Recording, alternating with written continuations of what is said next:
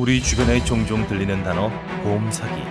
보험 사기는 거짓으로 사고를 내거나 내용을 조작해 보험금을 타내려는 행위로 사회적인 문제를 야기한다. 다양한 보험 사기가 존재하지만 이 영상에서 실질적으로 정당한 보험금을 받아야 하는 우리에게 보험 사기라 프레임을 씌우고 있는 보험사의 뒷내구린 이면을 파헤쳐보려고 한다. 지금부터 전 국민 손해보험 가입자를 대상으로 하는 보험사의 보험 사기를 고발한다.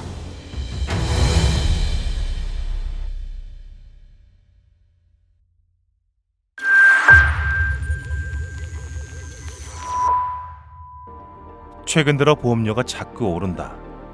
보험료를 올리는 이유는 많겠지만 민면의 핵심은 바로 보험료는 많이 받고 보험금은 최대한 주지 말자가 아닐까. 일단 팔고 보자. 과도한 출혈 경쟁식 보험 판매. 가입할 땐 고객님, 보험금 지급엔 난 몰라. 보험사의 두 얼굴. 그럼에도 보험사는 아랑곳하지 않고 현재까지도 매출 실적을 위한 상품 판매에만 몰두하고 있다. 실손보험뿐 아니라 역마진을 예상할 수 있는 손해 예측 가능한 상품을 역이용하며 절판 마케팅을 시전 중이라는 거다. 그리고 최대한의 매출만 쫓았던 이들의 결과는 결국 적자. 금융감독원에 따르면 16년부터 5년 연속 실손보험 손실이 발생했다.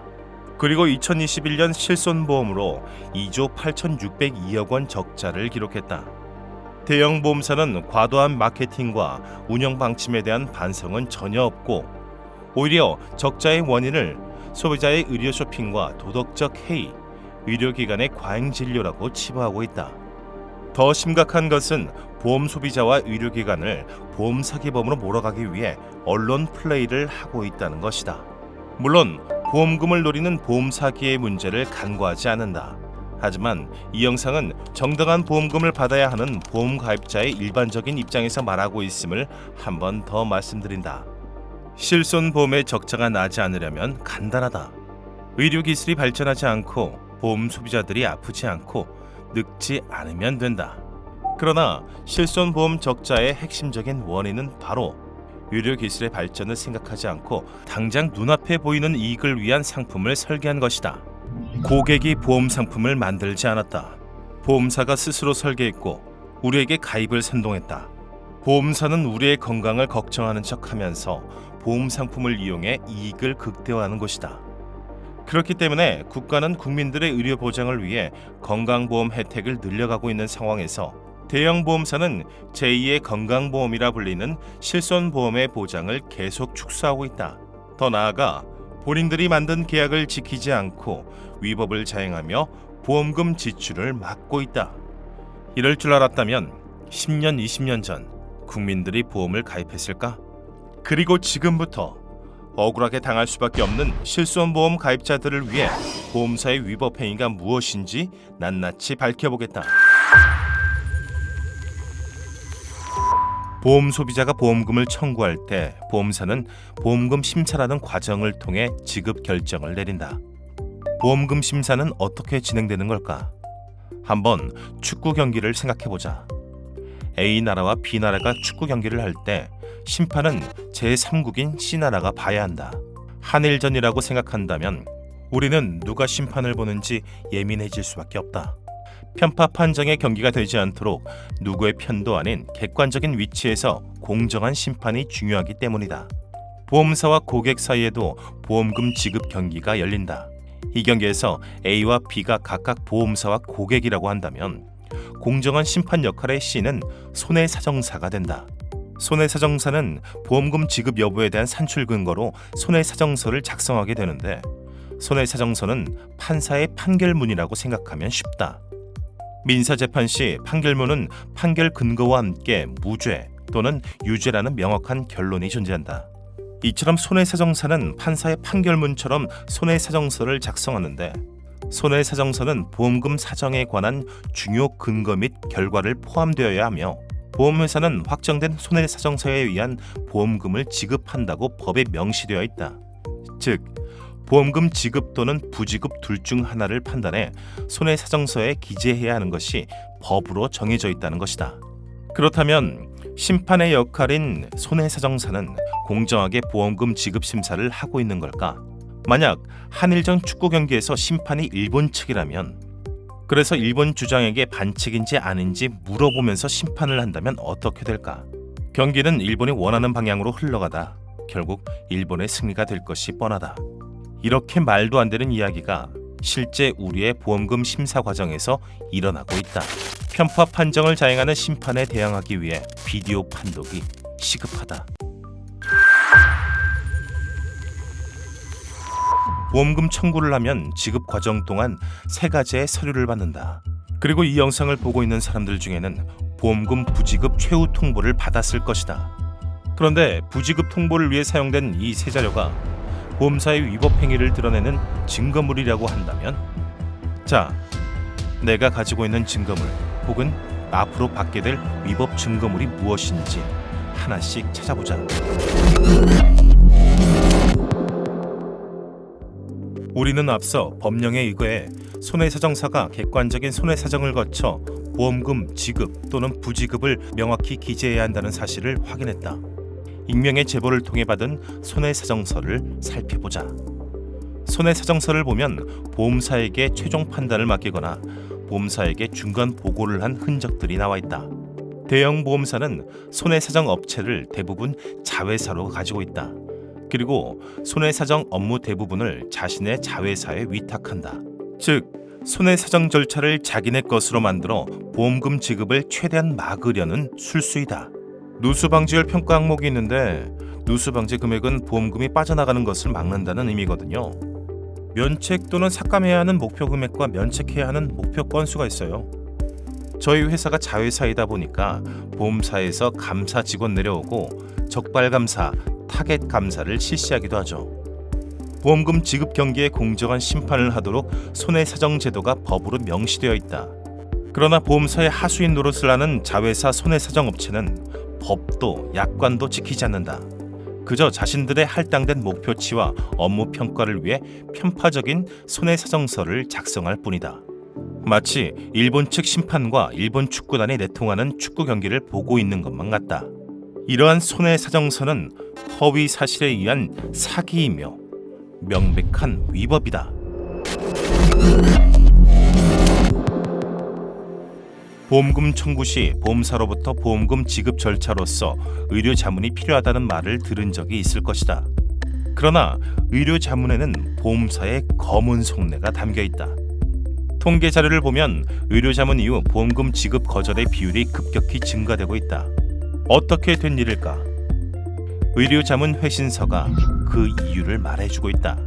익명의 제보자로부터 받은 의료 자문 회신서. 먼저 수신처를 보면 보험사로 되어 있다.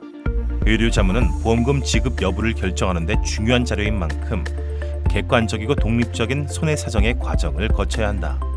그렇기 때문에 보험업법 188조, 189조에 따라 의료 자문을 의뢰하는 수신처는 손해사정회사 이름이 되어야 한다.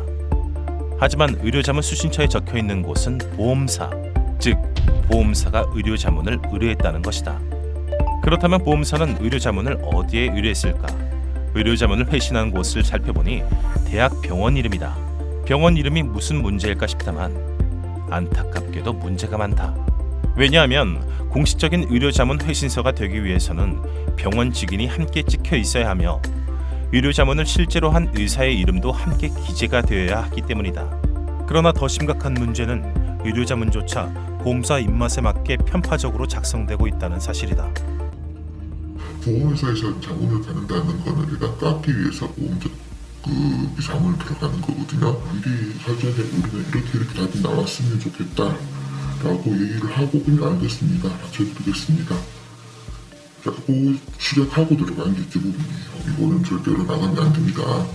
이건 돈 지급할 수 없는 건이니까 알아서 해주세요. 미리 이제 사전 얘기 들어오고, 보통 수정이라는 거는 보험사에서 이제 보험금 지급 안 할 수 있도록 좀 해달라는 그런 내용. 대학 병원이 공식적으로 의료 자문을 하지 않는다. 대학 교수가 개인 자격으로 의료 자문을 하는 것이다. 그렇기 때문에 대학 병원의 직인을 찍을 수 없는 것이며 보험회사와 불공정한 거래이기에 의사의 이름을 밝힐 수가 없는 것이다. 그래서 회신서에 대학 병원 이름만 쓸 뿐이다. 그러면서 마치 대학병원의 공식적인 의료 자문처럼 보이도록 하고 있는데 이것은 명백히 고객을 기망한 사기다. 보험사와 대학 교수 간의 불공정 거래 위법 행위가 의료 자문 회신서에 고스란히 드러나 있다.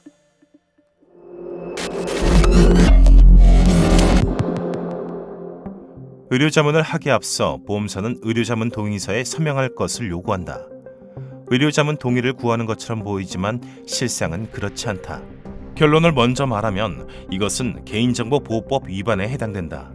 의료 자문을 하려면 정확히 보험사가 아닌 손해사정사가 개인정보 제3자 제공 동의서의 서명을 고객에게 요청해야 한다. 법에 근거한 사실관계를 다음과 같이 정리해 볼 수 있다. 보험 소비자는 보험금 청구를 할 때 1차적으로 자신의 정보를 손해사정사에게도 제공한다는 것에 동의를 하게 된다. 이 동의 하에 손해사정을 할 수 있는 것이다. 이후 손해사정 과정에서 의료자문이 필요시 제1인자인 고객을 기준으로 제2인자는 손해사정사 그리고 의료자문 의뢰를 받게 되는 자문기관이 제3자가 된다. 손해사정사가 고객에게 당신의 의료정보를 자문기관에 제공해도 될까요? 라는 동의를 받아야 하는데 이게 바로 의료자문을 위한 개인정보 제3자 제공 동의서이다. 그러나 손해사정사가 아닌 보험사가 의료자문 관련 안내 및 동의서에 서명을 요구하고 있다. 단순히 손해사정사의 역할을 대신하는 것도 문제지만 이 양식에는 보험사의 교묘한 편법과 위법이 존재한다. 이 의료자문 동의서를 보면 자문의 성명은 비공개라는 부분이 적시되어 있다.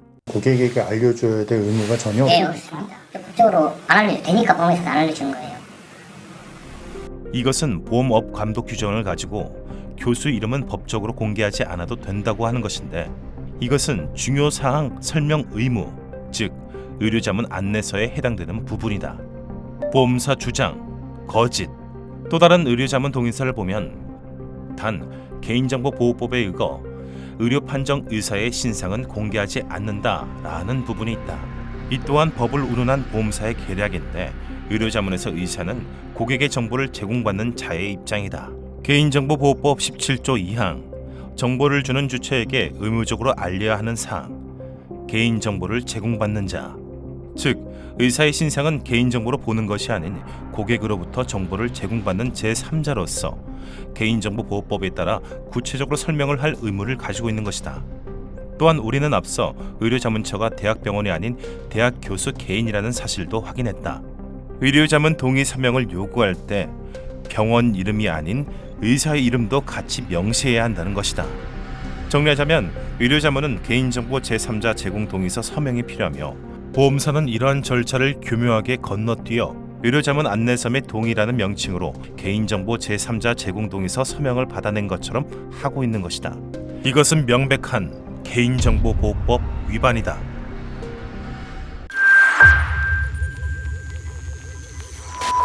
지금까지 대형 보험사들의 편파 판정이 난무하는 셀프 손해사정 및 심사, 불공정한 거래 행위 등 편법과 위법적인 행위들을 보았다.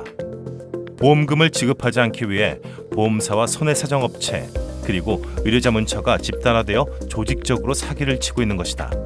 손해사정서, 의료자문 회신서, 의료자문 동의서가 명백한 사기 증거물이다. 전국민 손해보험 가입자를 대상으로 하는 보험사의 보험 사기를 고발한다. 어이없게도 보험사는 환자와 의료기관을 상대로 고소 고발을 남발하며 언론 플레이를 하고 있다. 대형 보험사의 횡포에 보험금도 받지 못하고 보험 사기에 누명이 씌워진다. 그러나 정작 국민을 상대로 공정거래법 및 개인정보보호법을 위반하고 보험 사기를 하고 있는 게 누구인가? 그런데 잠깐, 여기에 또 다른 굵직한 의문이 생긴다. 일개 보험 소비자도 알 수 있는 이러한 사실들을 금융위원회, 금융감독원은 모르고 있는 걸까? 아니면 알고도 모른 척하는 것일까?